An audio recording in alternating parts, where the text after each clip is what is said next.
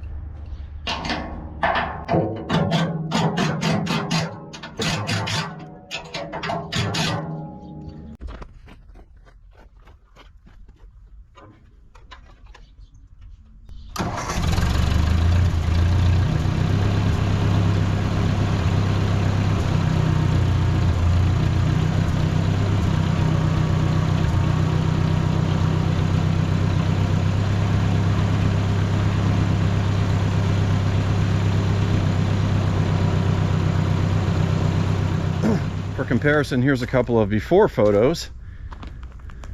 You can see how bad it was ripped, especially on the top, but there was also a part on the bottom that was beginning to crack out also. So starting on the back here, this is where that big rip was right there. So they heated all that up, ground the metal down clean, got all the rust off of it, and re-welded it all the way around on top and on the bottom. And on the inside, to reinforce the whole area, they welded up this thick steel plate over where the problem area was. Notice how the weld comes down, and then when it gets to the corner, it makes kind of a loop. They did that on all four corners. And they also did that on the rear. They pulled the top weld all the way out here on both sides, and on the bottom they did the same thing. So I think the idea here, rather than to just weld straight down the seam and all the way around, is to prevent weak spots where the corners are.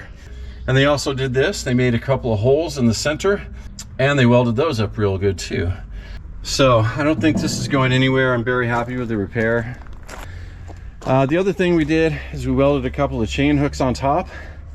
I think these hooks are really going to come in handy for lifting engines and anything else of that nature that I can get a chain around.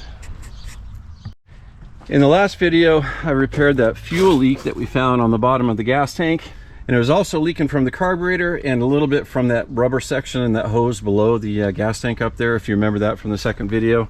So I got all those leaks repaired, and the whole system is completely dry now and the engine runs great. So that was a good thing to get done.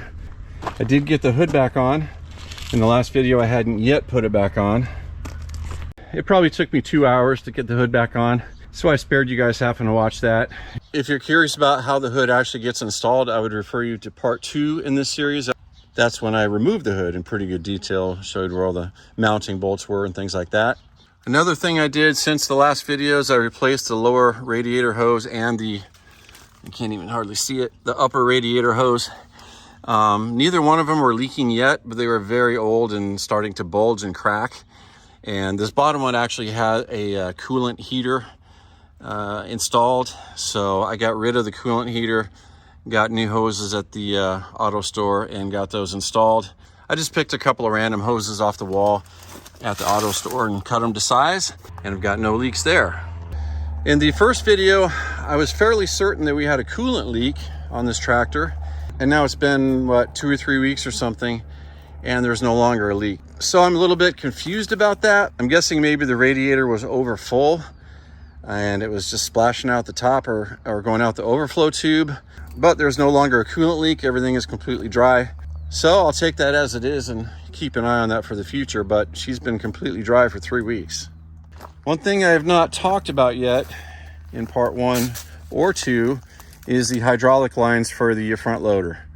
I already had one failure. It was this line right here, and I already replaced it. I removed the line, took it down to my local Napa, and they made a new line for me in about 10 minutes. Besides that one, I think we have 5 other hoses, maybe 6. Yeah, I think we have 6 more that will eventually need to be replaced. And if you didn't know this already, hydraulic lines are expensive. I'm guessing each one of these is going to be about 80 bucks. The longer ones and the thicker ones are probably going to be over 100 bucks each. I could easily be looking at 600 bucks to replace 6 lines here. So anyway, I want this tractor to be reliable and safe to use. So my plan for the hydraulic lines is to replace perhaps 1 per month over the course of the next 6 months. That'll lessen some of the sting of the price. The rams themselves seem to be in pretty good condition. We kind of lucked out there because they're not leaking at all, I don't think. So the seals must still be good in there. So anyway, I've still got a few things yet to do on this Ford 4000, but I've done enough to it now where I feel comfortable putting it back into service and using it around the property. My wife's already got a couple projects in mind. Thanks everybody for watching. I'll probably make another video or 2 on this old girl. All right guys, here's the secret I promised you. This is our next major project.